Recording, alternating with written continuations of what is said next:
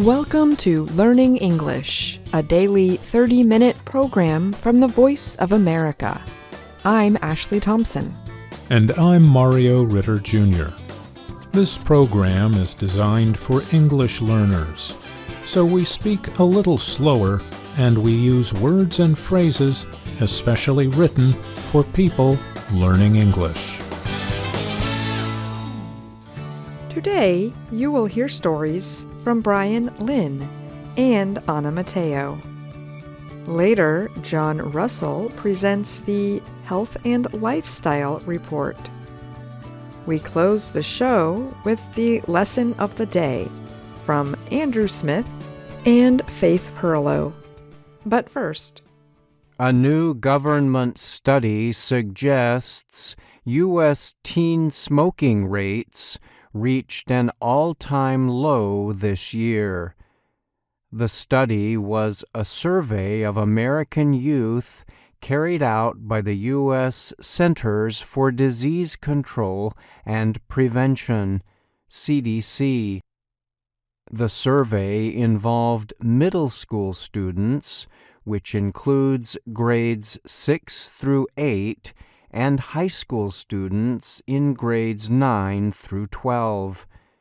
Nearly 30,000 students from 283 U.S. schools took part in the effort, which was carried out from January to May.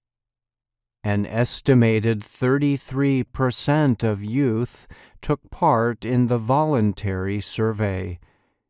The study showed a 20% drop in the number of middle and high school students who said they recently used at least one tobacco product. These include cigarettes, electronic cigarettes, nicotine patches, and hookahs. That number decreased from 2.8 million last year to 2.25 million this year.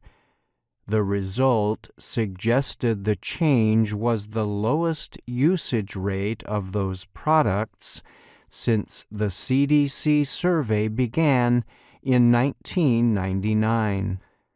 The Associated Press, AP, reports the drop is largely explained by another recent government survey showing e-cigarette use among U.S. youth in 2024 fell to its lowest level in 10 years.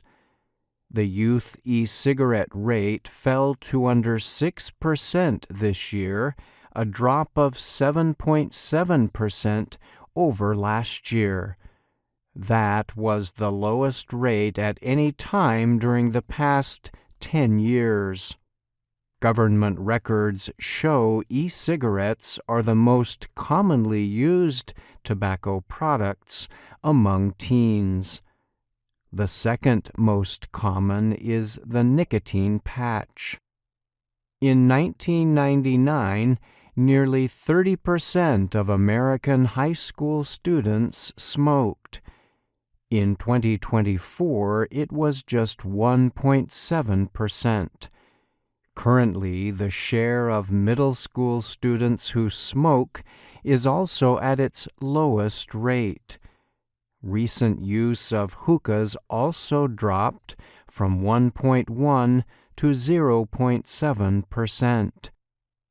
CDC officials said the decreases are linked to several measures. These include product cost increases, public health education campaigns, age restrictions, and more aggressive enforcement actions against makers and sellers to children. Among high school students, use of any tobacco product dropped from 13 to 10% in 2024, while e-cigarette use fell from 10 to 8%. The survey showed there was no change reported for middle school students who generally vape or smoke less than older children. the study found that tobacco use among girls and Hispanic students fell, but it rose among American Indian and Alaska Native students. The survey also showed the current use of nicotine patches increased among white youth. I'm Brian Lynn.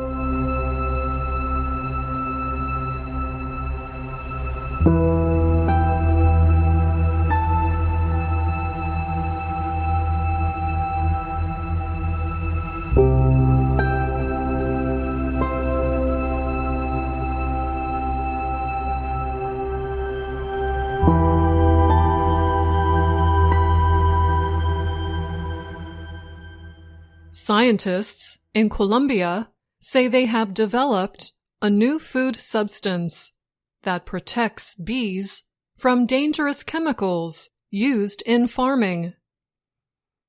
They claim it will protect the insects' brains from neurological damage caused by chemicals called pesticides.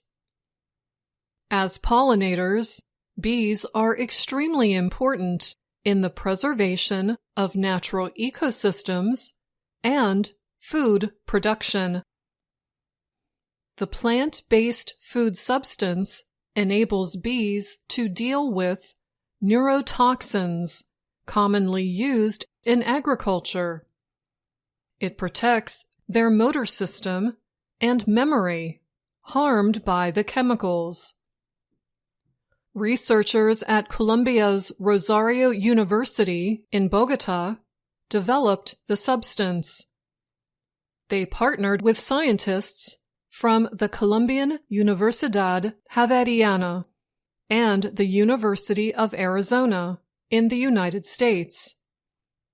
This is a nutritional solution to the problems bees face when exposed to pesticides, said André Riveros, a professor at Rosario University. Riveros explained that the food substance causes the bees to develop protection against pesticides. The substance is created with flavonoids, which are known for their health benefits. Flavonoids come from plants and are a kind of secondary metabolite. Secondary metabolites are substances made by plants that make them competitive in their environment. During the first round of testing, scientists put the bees to sleep and placed them into small laboratory tubes. Then they fed the bees the substance one by one. Testing has now moved to real-world situations in a bee colony at the university, said Juan José Ovalle. He is a natural science student at Rosario University. We already know that there are molecules that improve the bees' health. We already know that there are molecules that prevent neuronal damage caused by pesticides, Ovalle said. He added it was important to continue the work to increase the effectiveness of these methods to support bees. I'm Ana Mateo.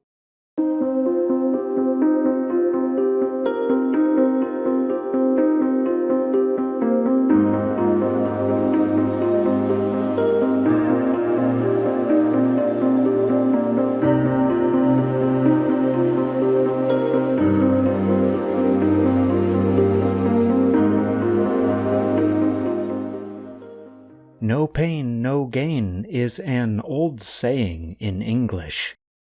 It means that one has to suffer or work hard in order to succeed or make progress. The expression is now often used to push people to train harder or exercise more to get good effects. But just how much pain do you have to have from weight training? The answer depends on what you are trying to gain, fitness experts say. For years, some trainers have told people that to get the best results, they need to train until failure. Training until failure means that you do an exercise until you cannot do one more repetition. Some recent studies, however, suggest training until failure with weights may only help some people. If somebody wants to increase muscle mass as much as they possibly can, then training to failure is something to consider, said Michael Zourdos of Florida Atlantic University.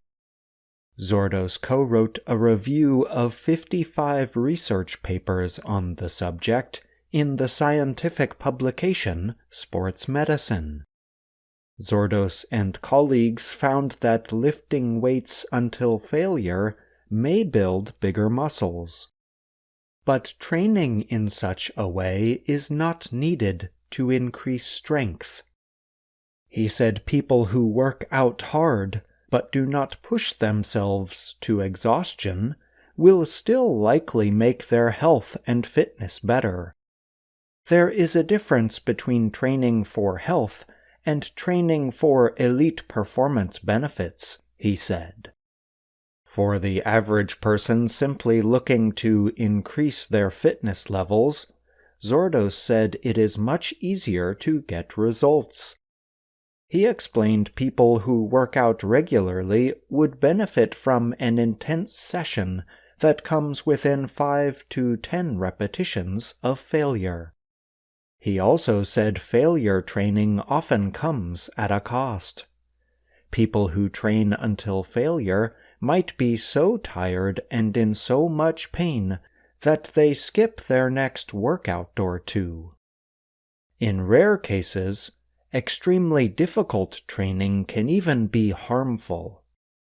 One example is the condition called rhabdomyolysis, where damaged muscles begin to break down, possibly causing kidney damage.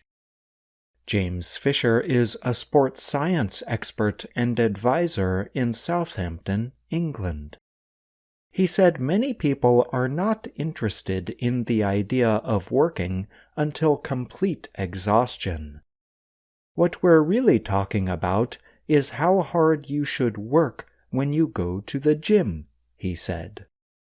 Fisher added that the idea should be understood to mean that people can spend less time in the gym if they work hard. If you're short on time, then you can push yourself harder, and then you don't need to work out as long, he said. Fisher explained that to increase strength, it is necessary to push your muscles to a certain level. If you lift a weight you can easily lift 10 times or more, you never really work hard enough, he said. Now, if we increase the weight so that on the 9th and 10th rep it feels hard, that will benefit your muscle. Still, Fisher said that the best workout is one that people will actually do, regardless of how hard they push themselves.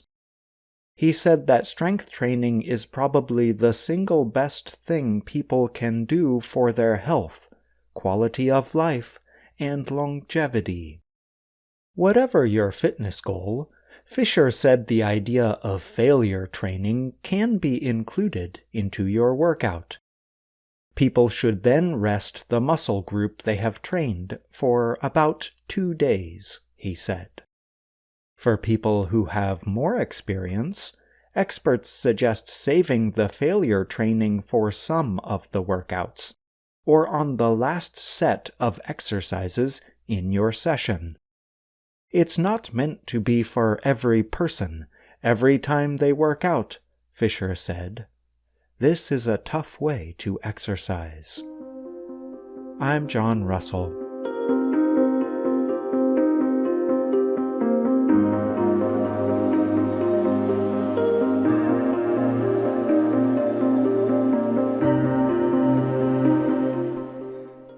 You just heard this week's Health and Lifestyle Report from John Russell.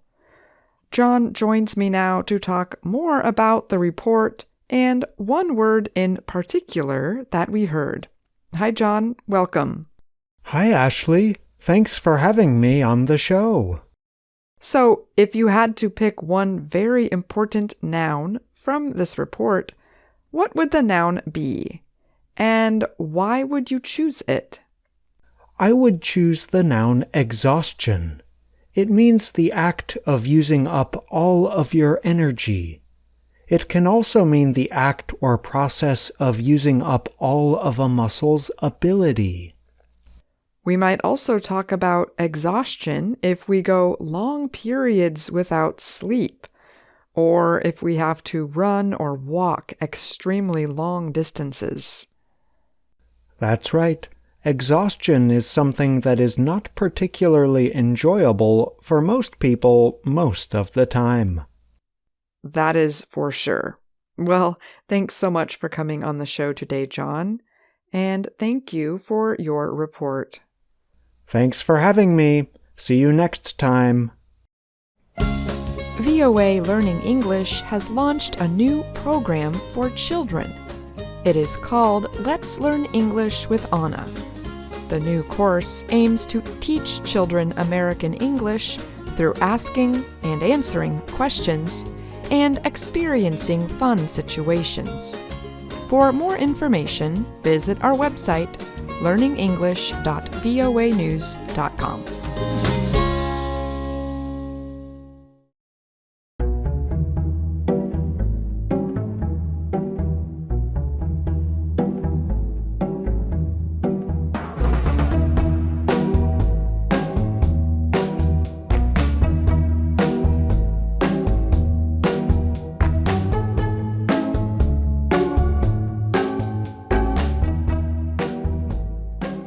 Hello, my name is Anna Mateo. My name is Andrew Smith. And I'm Faith Perlow. You're listening to the Lesson of the Day on the Learning English podcast. Welcome to the part of the show where we help you do more with our series, Let's Learn English. The series shows Anna Mateo in her work and life in Washington, D.C. In Lesson 44 of the series, Anna has a conflict when she goes to buy food at the grocery store. But her conflict is not with another person. Instead, it is with herself. Anna is fighting with herself? In a way, she is. How is that? Well, the problem is, Anna wants two things at the same time, and the two things don't really go together. Now I'm curious. Let's listen to find out more about these two things and Anna's inner conflict. Hi there, Ashley. Anna, hi! Where are you going? What was that? I'm hungry. When I'm hungry, I only want to eat junk food. But I know I should eat healthy food. So I fight with myself. One side says, you should eat healthy food. The other side says, but I want to eat junk food. Well, Anna, go to the giant supermarket. You should be able to find all kinds of food there for all of you. Good idea, Ashley. See you later. Bye, Anna. Ah, yes. The conflict between junk food and healthy food. I think this is something many people can relate to in modern life.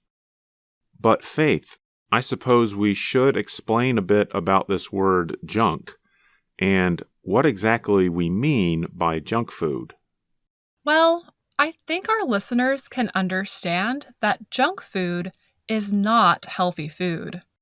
In fact, it's pretty much the opposite of healthy food, in general anyway. When we use the noun junk, that means things are not valuable or things of bad quality, the kinds of things that we really don't want. So junk food is basically food that we don't want? Well, not exactly. The problem is, junk food sometimes tastes pretty good. It can be sweet and salty and have fat. Things that make us want to eat it. Things like salty chips with flavors that are made by mixing together chemicals. Or food with lots of fat and sugar, like some cakes or cookies. I think this episode of Let's Learn English is going to make me hungry. So, when I think about junk food, it seems we don't want it, but at the same time, we do want it. And that creates a conflict. Let's listen to more of Lesson 44 and see how Anna deals with her conflict. Wow, this supermarket is huge. Look at all of these fruits and vegetables. I should eat more vegetables. Good idea, Anna. You must eat more vegetables, like celery. Celery? Do you know what the web says about celery? No, what? Celery is 95% water, 100% not ice cream. I love the web. Anna, you mustn't eat junk food. Junk food will kill you. You are being silly. No, you are. No, you are. Will you two please be nice to each other? It is important to eat healthy foods, but a little junk food will not kill me. Ice cream. Ice cream does sound good. Okay, we are in the frozen food aisle. Ice cream. Frozen peas. Nobody says, frozen peas. They say, ice cream. Frozen peas. Ice cream. I am not going to tell you two again. Stop fighting. We should explain to our listeners what is going on here. In the Lesson 44 video, Anna has two small imaginary people talking to her. And there's one of them on each of her shoulders. One of them, who wants junk food, looks like a devil or evil spirit, and the other looks like an angel or good spirit. In Western culture, we use this picture of an angel on one shoulder and a devil on the other to represent two different kinds of thoughts. Those that make us want to do good things, and those that make us want to do bad things. Or sometimes just two different things. I'm Faith Perlow, and you're listening to the Lesson of the Day on the Learning English podcast. In Lesson 44, the Healthy Food Angel talks about what Anna shouldn't eat. But notice how she says it in this sentence. Anna, you mustn't eat junk food. Mustn't is the contraction of the two words must not.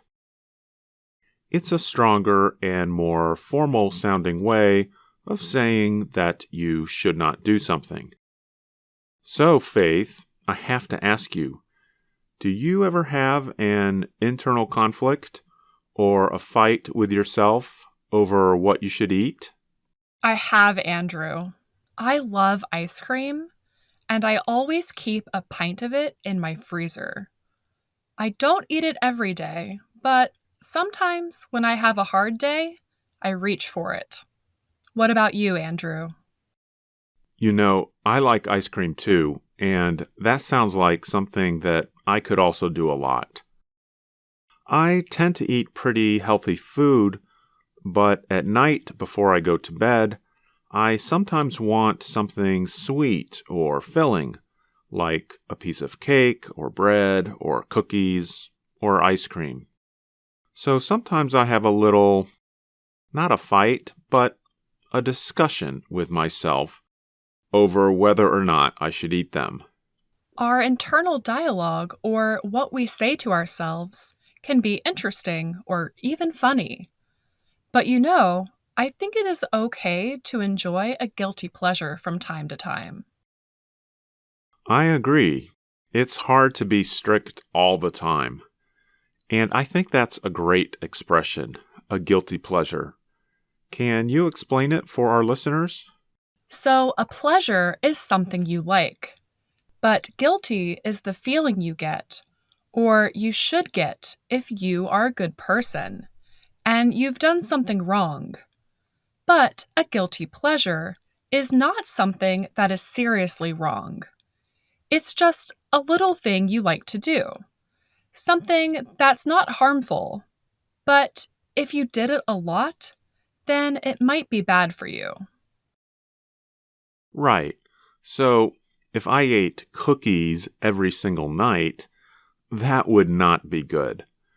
But if I eat them only from time to time, it's not really harmful, so it's just a guilty pleasure. What about you, Faith? Do you have any guilty pleasures? I do. I love eating popcorn. I love eating popcorn so much that I make it myself. So I have popcorn kernels around all the time, just waiting to be popped. Popcorn isn't necessarily bad. It is quite healthy for snacking. But my problem is the amount I eat. I can eat a lot of it. So Andrew, the devil and the angel keep fighting with each other in the Lesson 44 video. How do you think Anna can make them stop? I'm not sure she can make them stop, but she can stop hearing them. Let's listen to the end of the video.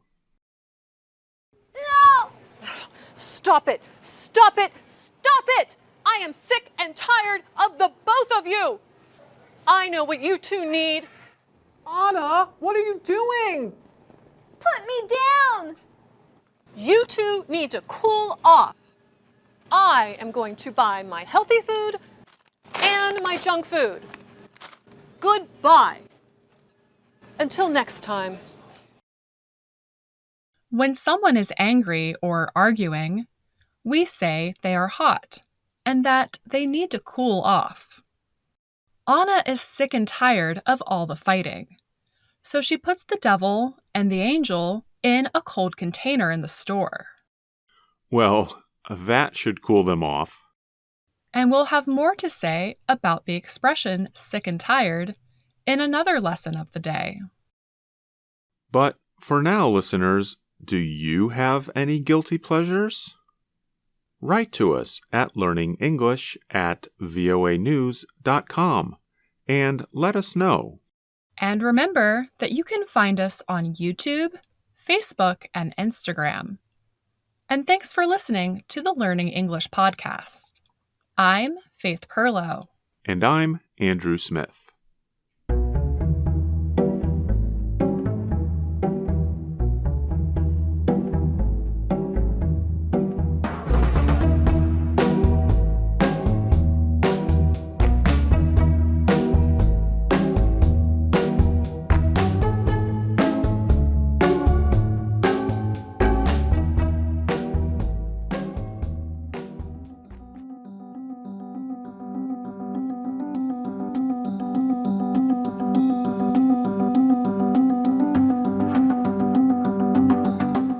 And that's our program for today. Join us again tomorrow to keep learning English through stories from around the world. I'm Ashley Thompson. And I'm Mario Ritter Jr.